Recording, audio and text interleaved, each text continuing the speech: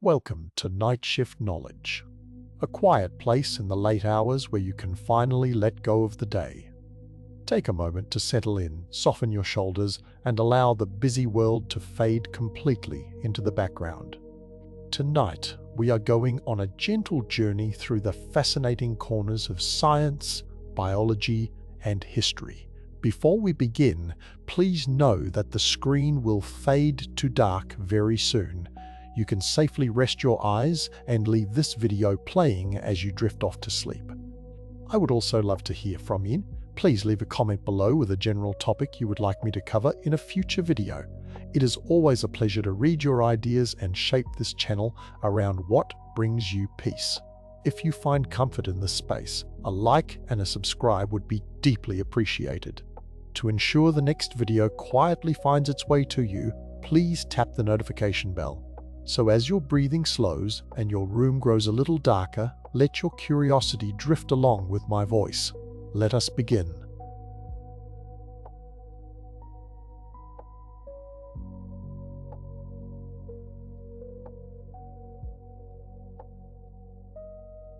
Close your eyes for a moment.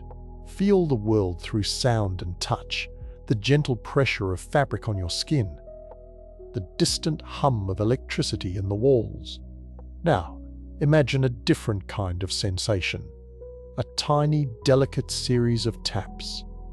The whisper-light touch of 6 legs moving in a slow, deliberate path across your arm. For most, this is an itch, a nuisance to be brushed away.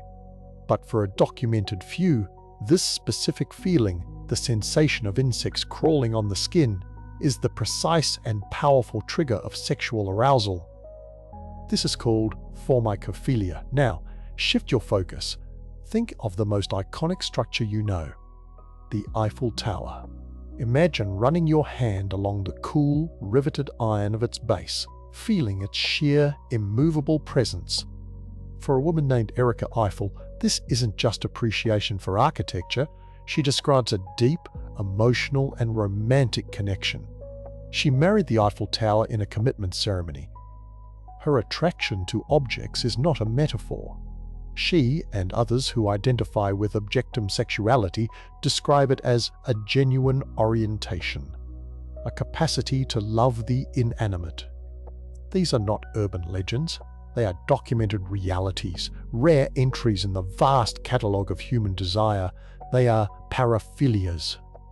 That's the clinical term for intense and persistent sexual interests that lie outside what is considered typical. According to the Diagnostic and Statistical Manual, the DSM-5, a paraphilia becomes a disorder only when it causes significant distress to the person, impairs their functioning, or involves harm to others. That distinction is crucial. The attraction itself is not the disorder. The suffering it creates or the danger it poses is. So what are we hearing? Are these just psychological quirks? Strange stories from the fringe of human experience? Or are they something else? Clues. Fragments of a map to the hidden architecture of the brain itself. This is the territory we're exploring. The neurological frontier, where the very wiring of the mind may create attractions of incredible specificity, where a feeling, an object, a scenario becomes wired directly into the core circuits of longing and reward. Consider the sheer variety. Beyond the examples we opened with, the documented spectrum is vast and specific. Autonepiophilia, where arousal is tied to behaving or dressing as an infant. Acrotomophilia, attraction to amputees. There are dozens of these rare, named attractions. The first question is always, why? For a long time, the search for answers looked inward, to psychology, to childhood, to trauma.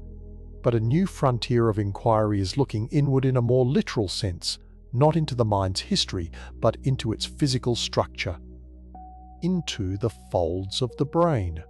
The theory is one of wiring, of connections. Your brain has a map of your body, a strip of tissue called the somatosensory cortex. It's how you know a touch on your hand is different from a touch on your foot. Nearby, deep in the brain's center, lies the limbic system. This is the heart of emotion, of memory, of drive. What if, in some brains, the maps get crossed? What if the neural pathway for the feel of crawling insects accidentally intersects with the pathway for sexual pleasure? What if the visual processing of a specific shape or object fires not just recognition, but deep emotional and romantic centers? It's a theory of accidental adjacency, of the brain's intimate geography creating unintended destinations for desire. This perspective changes the story. It moves the narrative from one of choice or moral failing to one of biology, of structure. It suggests that for the person with the attraction, it may feel as innate and as fundamental as any other orientation. As one individual with objectum sexuality put it, "It's not that I chose to fall in love with a bridge, I just did." The feeling is the same as you might have for a person. But this neurological lens raises profound and unsettling questions. If our deepest attractions can be traced to the physical layout of our brains, what does that say about free will? About identity? Are we merely passengers in a machine built by genetics and chance? This is the journey we begin today. Over the next hour, we will travel from these rare cases of attraction to a famous case of loss. We will meet a woman who lost a key part of her brain, and with it, the entire emotional spectrum of fear. Her story provides a stark counterpoint. It shows us what happens when a piece of the brain's architecture goes missing. It forces us to compare. Is the creation of a specific, rare desire fundamentally different from the removal of a universal emotion? Both stories point to the same truth. The brain is not an abstract seat of the soul, it is a 3-pound organ of breathtaking complexity. And within its wet, grey matter, the very essence of who we are, what we fear, what we love, what we desire, is written in the language of neurons and synapses. Our map of desire is drawn in biological ink, so let's begin reading. Let's trace the lines from the feeling of tiny legs on skin, to the love of a steel tower, to the deep neural pathways that might connect them. This is the map of desire, and we are just starting to understand its legend. So, we've established that the map of human desire can have some very rare and specific coordinates. But how is that map drawn in the first place? To understand, we need to go to the cartographer, the brain itself. Let's take a journey inside, not with a scalpel, but with your imagination. Picture the very top of your head. Now, imagine peeling back the skull. Beneath it, you'd find the brain's wrinkled surface divided into 2 hemispheres. Focus on the strip that runs from ear to ear over the top of your head. This is the parietal lobe. Right down its center is a crucial band of neural tissue called the somatosensory cortex. This is your body's primary touch map. Every sensation you feel, from a lover's caress to the prick of a pin, is registered here, but the map isn't drawn to scale. It's a distorted projection based on sensitivity, not size. Imagine a strange, miniature human figure stretched across this strip of brain. Its lips are enormous. Its hands and fingers are gigantic. Its torso and back are relatively tiny. This is the sensory homunculus, a little man in the machine. The size of each body part on this map shows how many touch receptors it has in the real world. Your lips have a huge territory. Your fingertips command a vast domain. Your back, a smaller province. This map is generally stable. A touch on your hand reliably lights up the hand region. But what if the wiring got a little creative? Neuroscientists theorize some paraphilias could arise from a kind of cross-wiring, a short circuit in this complex system. Imagine a neural pathway meant to fire for a specific common touch. But through some quirk of development, that pathway also brushes up against and activates a very different neighborhood. Now, let's travel deeper, beneath the cortex, into the more ancient, primal parts of the brain. This is the limbic system, the emotional core. It's not one structure, but a network. It includes the hippocampus, crucial for memory, the hypothalamus, a master regulator of drives like hunger and thirst, and the amygdala, the famous fear processor. The limbic system is the engine of feeling. It takes the raw data from the world, the touch on your skin, and infuses it with emotional meaning. It's what makes a touch feel comforting, or exciting, or threatening. And it's deeply tied to the brain's reward circuitry. The systems that release dopamine, the chemical of wanting, pleasure, and motivation. So here's the theory. A sensation is just a signal until it's given meaning. The touch of an insect's legs is just data.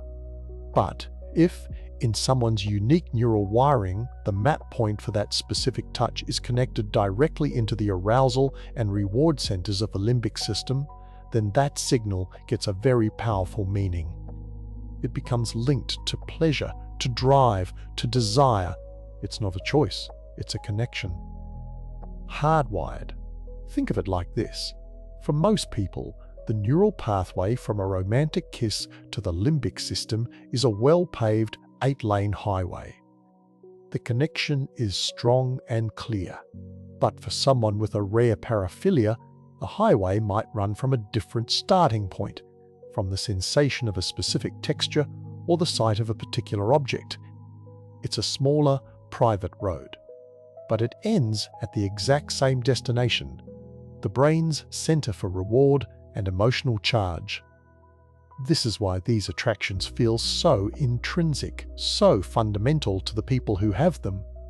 The brain has literally mapped that stimulus onto the blueprint for arousal. But the map is only part of the story. The limbic system doesn't work alone. It's in constant dialogue with the memory centers. A sensation that gets a powerful emotional charge can become a powerful memory. And a powerful memory can prime the brain to seek that sensation again. It's a feedback loop of desire.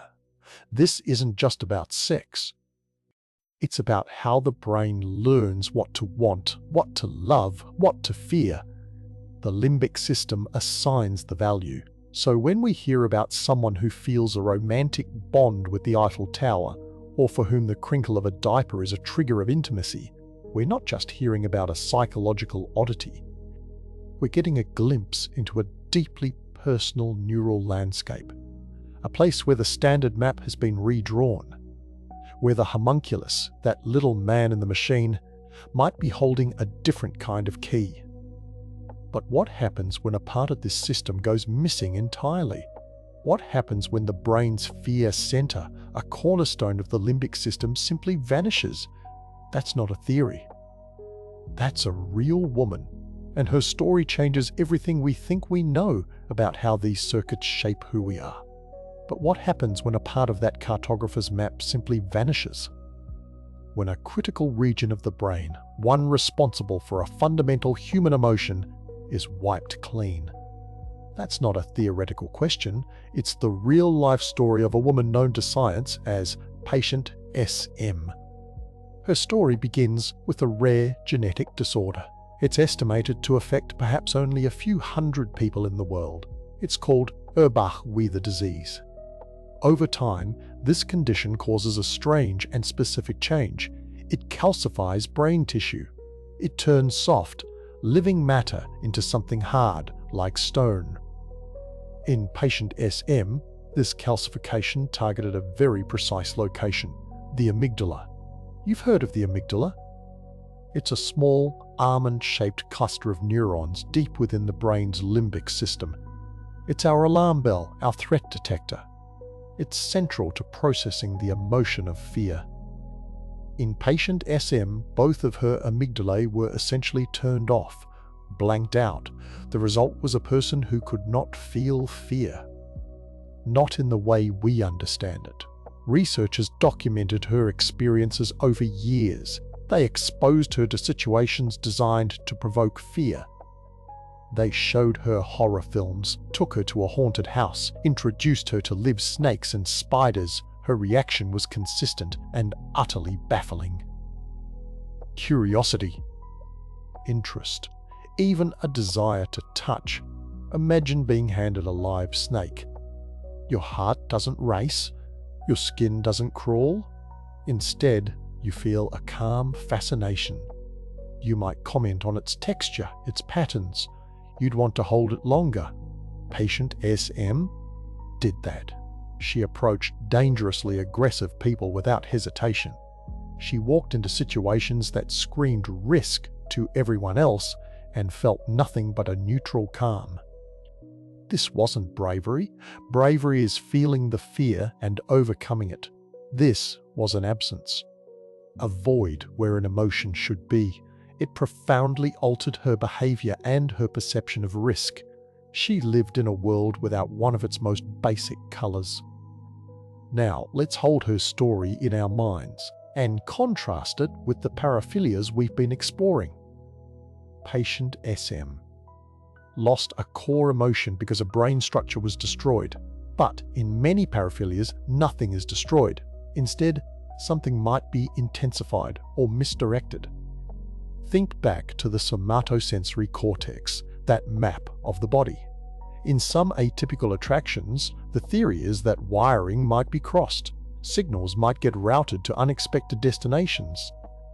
The touch of an insect on the skin, a sensation normally mapped to a neutral region, might somehow activate pathways linked to arousal.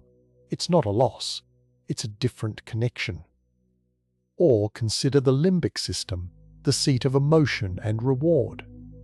In cases like objectum sexuality, where individuals form deep emotional bonds with inanimate objects, the hypothesis isn't that the emotion is missing. It's that the target of that powerful emotional circuitry is different. The capacity for passion, for love, for attachment is fully intact, but it's directed towards a statue or a bridge instead of a person. So here's the stark contrast. One case shows how removing a piece of the brain's architecture removes a fundamental piece of the human experience. The other cases suggest how the same architecture, wired differently, can create an entirely unique and deeply specific experience. Both are clues. Patient SM's story proves that our emotions are physically anchored. They reside in flesh and blood and neural pathways. Fear isn't just an idea. It's a function of a specific brain region. When that region is gone, the emotion is gone. That gives us a framework.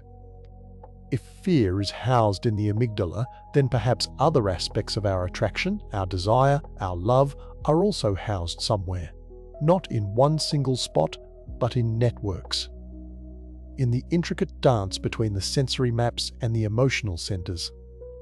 Patient SM lived without fear, but she still felt other emotions. Joy, sadness, disgust. Her world was altered, but not flat. Similarly, a person with a rare paraphilia isn't missing emotions. Their emotional world is full, but its landscape is mapped with different landmarks. What's fascinating is that both conditions highlight the same truth. The brain constructs our subjective reality. It decides what we fear, and it decides what we love. Her case is a neurological counterpoint. It shows us the what if of removal. It helps us ask better questions about addition and redirection. If the absence of an amygdala creates a life without fear, what does the presence of atypical wiring create? A life with a very specific kind of attraction. This brings us to a delicate edge, the line between a neurological difference and a personal identity, between a disorder and a simple variation. That's where our journey must turn next, to the people who live with these rare attractions every day, to hear not just about the brain's wiring, but about the life built around it. But patient SM's story is about an absence, a missing piece of the brain's emotional puzzle. What we explore now is about a presence. A connection forms where most of us would say no connection is possible. It returns us to that map of the somatosensory cortex where touch and feeling are plotted. This time, the map isn't missing a territory. It seems to have drawn a bridge to a whole other continent. Imagine feeling a deep, romantic love, not for a person, but for an object. A bridge, a roller coaster, a stone from a particular beach. For most, that idea is abstract, a metaphor. For a small number of people, it's their literal reality. They call it objectum sexuality, or OS for short. It's perhaps one of the most rare and misunderstood attractions the brain can produce. To understand it, we need to listen to the people who live it. One of the most documented cases is a woman named Erika Eiffel. That's not the name she was born with. She took that surname after committing herself to the Parisian landmark. She didn't just have a fondness for it. She felt a profound emotional and romantic attraction.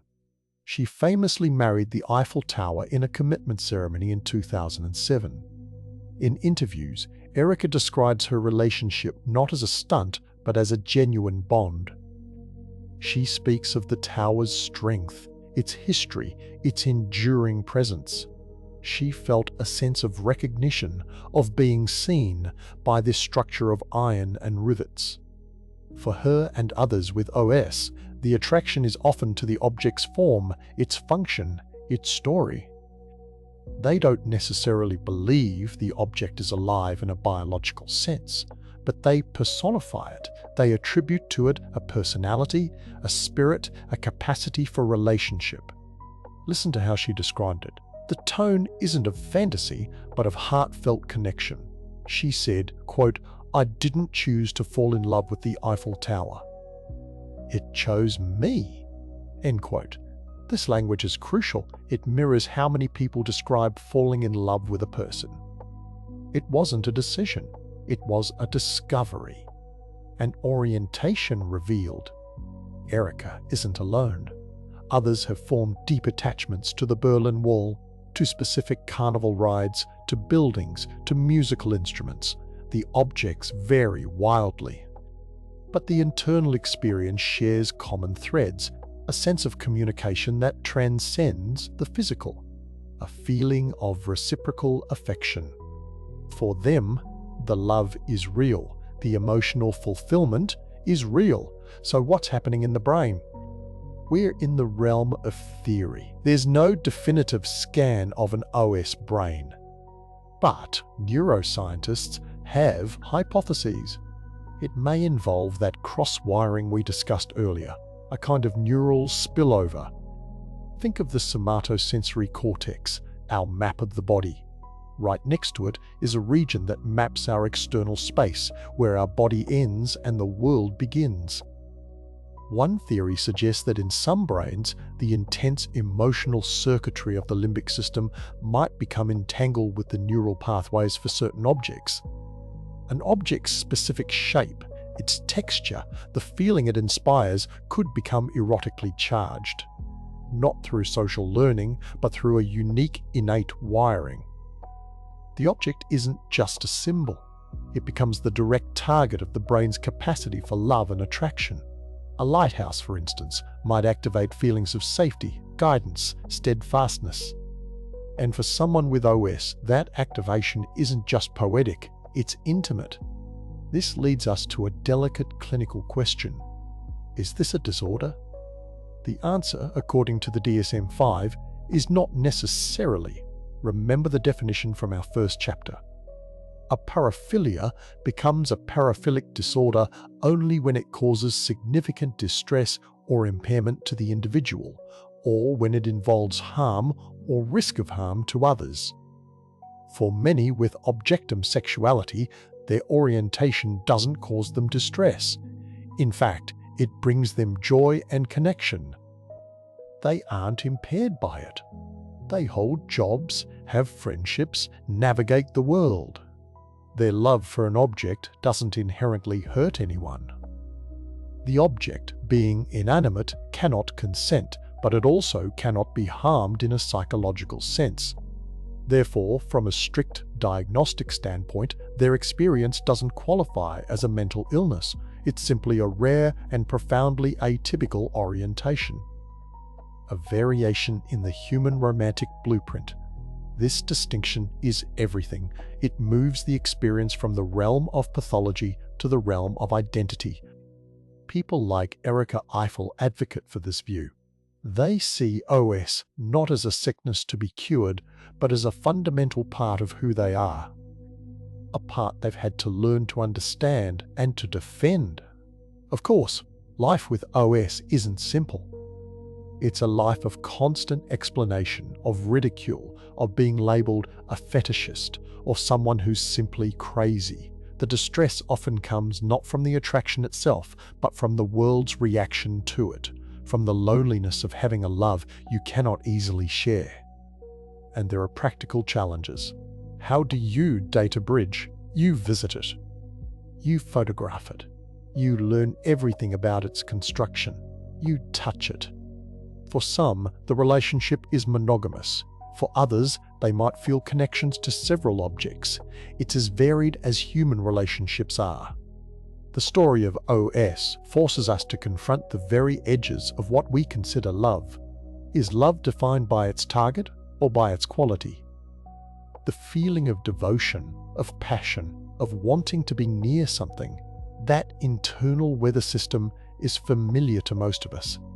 For people with OS, that storm just forms over a different landscape.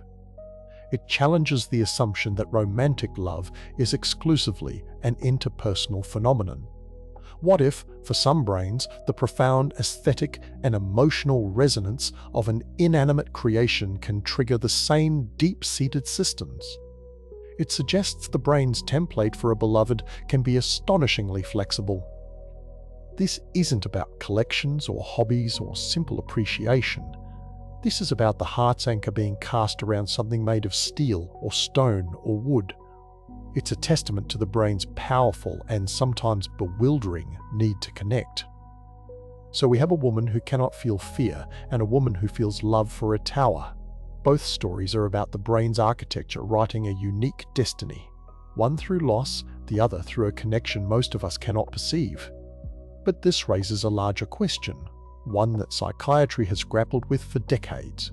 If an attraction causes no distress and harms no one, who gets to decide it's wrong? Where do we draw the line between a disorder and a simple difference?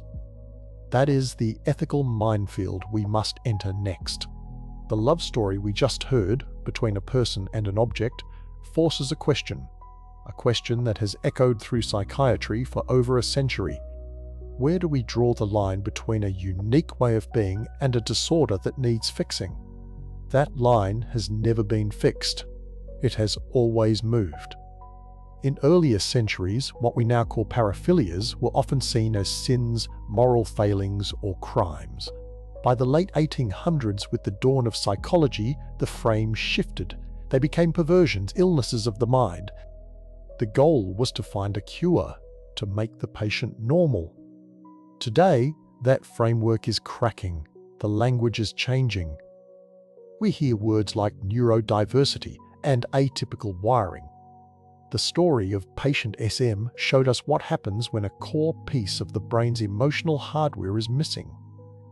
Her reality was fundamentally altered. So for someone whose sensory map connects the feeling of love to the cold steel of a bridge, is that a broken circuit, or is it simply a different kind of connection? The official manual, the DSM-5, tries to walk this tightrope. It defines a paraphilia as a sexual interest in an atypical target. That's just the interest. It only becomes a disorder if it causes significant distress to the person or harm to others. This is the critical distinction. Under this definition, someone with objectum sexuality who is happy, fulfilled, and harms no one may not have a disorder at all. They simply have a rare orientation. But not all paraphilias are so clear-cut. This is where the ethical debate becomes a storm. Let's consider two sides. On one side, you have clinicians who see profound suffering, a person tormented by an attraction they can't control, an attraction that isolates them, that fills them with shame, or one that is directed toward non-consenting others. For these clinicians, the goal is treatment to alleviate that distress. The tools might be therapy to manage impulses, or in some cases medications that lower libido. The aim isn't judgment, it's harm reduction, helping a person live a life with less pain. On the other side, you have advocates and some ethicists. They argue that calling these conditions disorders pathologizes natural, if rare, variations of the human brain. They point to history. Homosexuality was once listed in the DSM as a mental disorder. It was removed in 1973. That shift wasn't based on new science about the brain. It was based on a new understanding of human rights and identity. So they ask, are we making the same mistake today? Are we confusing difference with disease? The immutable core of this debate is consent. It's the bedrock of both ethics and law, and it's where the conversation splits into separate paths. For paraphilias that involve only consenting adults, the argument for acceptance is strongest. If two people agree to a dynamic that fulfills an atypical desire and no one is hurt, then what business does medicine have there? This is the realm often called kink. It's rooted in social dynamics, trust, and choice. But what about when the object of desire cannot consent? This is the profound dilemma. An inanimate object, like the Eiffel Tower, can't give consent. But it also can't be harmed. It has no feelings to violate. So the harm, if any, is solely to the individual or to the social order.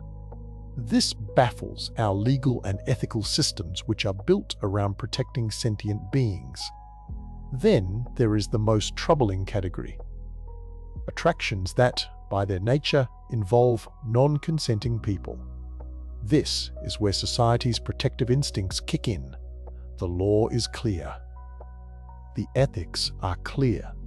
The goal shifts from acceptance to prevention and management. Here, the brain-based explanation doesn't lead to acceptance. It leads to a more complicated question about responsibility. If a desire is wired into the brain's sensory and emotional systems, how much control does a person truly have? And if their control is compromised, what is our obligation as a society? We're left in a difficult place holding two seemingly opposite truths. The first truth is biological. Desires, especially intense, persistent ones, appear to be deeply embedded in our neural architecture. They feel intrinsic, like a part of the self. The second truth is ethical. We must have a society based on consent and the prevention of harm. So is the goal cure, management, or acceptance? The answer seems to be, it depends. It depends on the specific wiring. It depends on the capacity for consent. And it depends on who is experiencing the distress. Is it the individual? Or is it the society around them?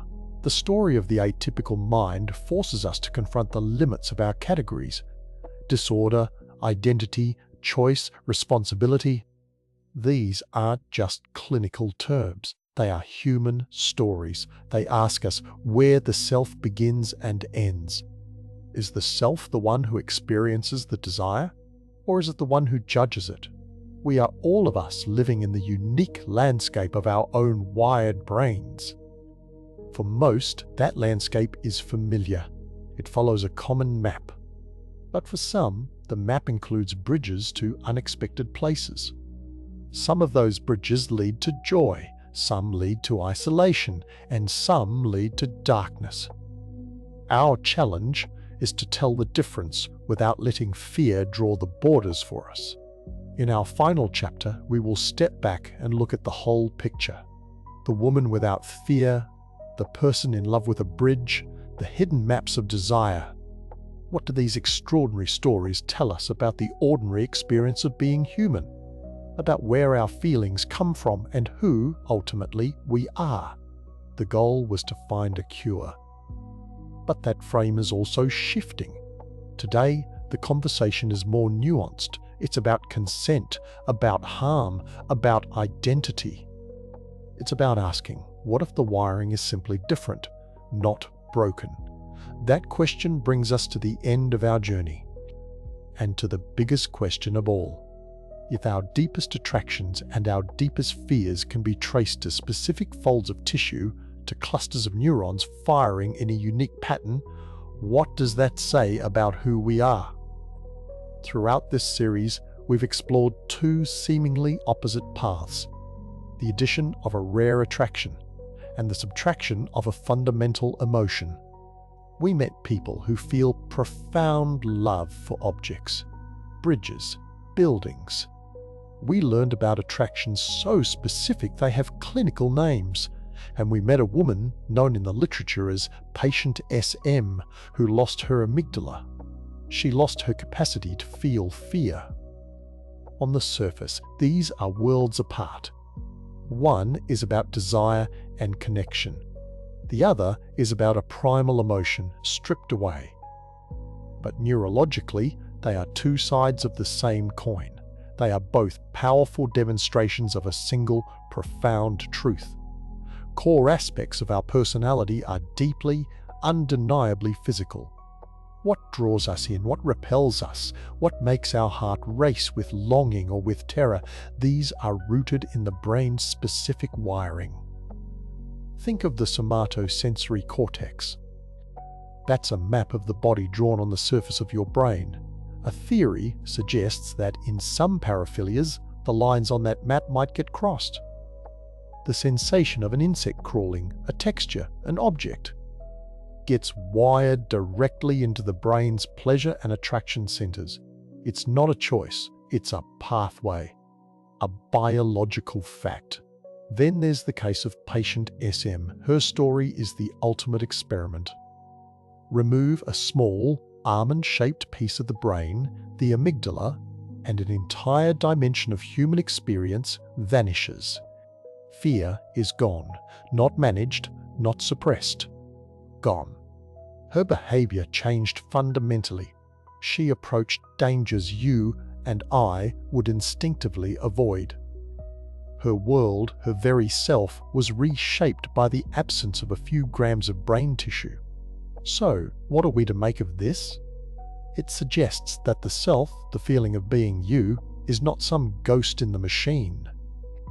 It is the machine. It is the product of billions of connections, a delicate and specific architecture. Alter the architecture and you alter the person. This can be an unsettling thought. It challenges our most cherished ideas about free will and identity. If my love for a certain person or a certain thing is just a chemical cascade in my limbic system, is it any less real? If my courage is just an intact amygdala, is it any less brave? The answer, I think, is no. It is no less real. It is no less a part of the human experience. Understanding the biology doesn't diminish the experience. It deepens our awe for it, because here is the mystery. We have these clues. We have case studies, scans, theories about cross-wiring, but they are just clues. We are peering at a vast, intricate landscape with a flashlight. We can see specific, startling details. The hard truth of a calcified amygdala. The emotional conviction in someone's voice as they speak of their love for a roller coaster. But we do not have the full map. We cannot yet say why this particular wiring manifests as that particular desire. The journey from a synapse to a feeling, from a neural pathway to a lifelong identity, remains one of the great unknowns. Which brings us to the final reflection. If the self can be changed by a lesion or defined by an atypical wiring, is there such a thing as a stable, immutable core? A true self? Perhaps the question is flawed. Perhaps the self isn't a fixed point. It's a process. A constant, dynamic dance. On one side of this dance is our fixed biology, the hardware we are born with, the unique shape of our amygdala, the predispositions in our somatosensory cortex. This is our given architecture. It sets the stage. It provides the raw materials of our experience. On the other side is our lived experience, our culture, our relationships, our choices. The stories we tell ourselves about who we are. This is the software that runs on the hardware, the meaning we make from the sensations. Patient SM's fearlessness was biological, but how she lived with it was her experience. A person with objectum sexuality has a neurological predisposition that feels innate. But how they build a life of love and connection around it is a story, a human story. The dance between these two, biology and biography, that is where the self resides. We are not prisoners of our wiring, but we are not entirely free from it either. Our desires, common or rare, are not just whims. They are messages. They are reports from the frontier of our own bodies. They tell us what our particular brain finds meaningful, exciting, safe, or terrifying. To listen to those messages, even when they are strange or unfamiliar, is to listen to a part of what makes us human. The sheer, staggering variety of human experience is written first in the brain, in its glorious, sometimes bewildering specificity. So, what does desire reveal about being human? It reveals that we are embodied. We are physical creatures through and through. Our most profound feelings have a postal code in the brain. It reveals that we are diverse. The blueprint for human attraction and emotion has countless legitimate variations. And ultimately, it reveals that we are meaning makers. We take the raw data of our wiring and we build a life with it. We seek connection, we feel love, we navigate fear. Whether that love is for a person or a monument. Whether that fear is a constant companion or a forgotten ghost. The alien hand, the fearless heart, the soul that loves an object. These are not errors. They are features. They are part of the incredible spectrum of how a human brain, in all its complex wiring, can construct a self. And in understanding them, we don't just understand the rare. We understand a little more about what it means to be any of us.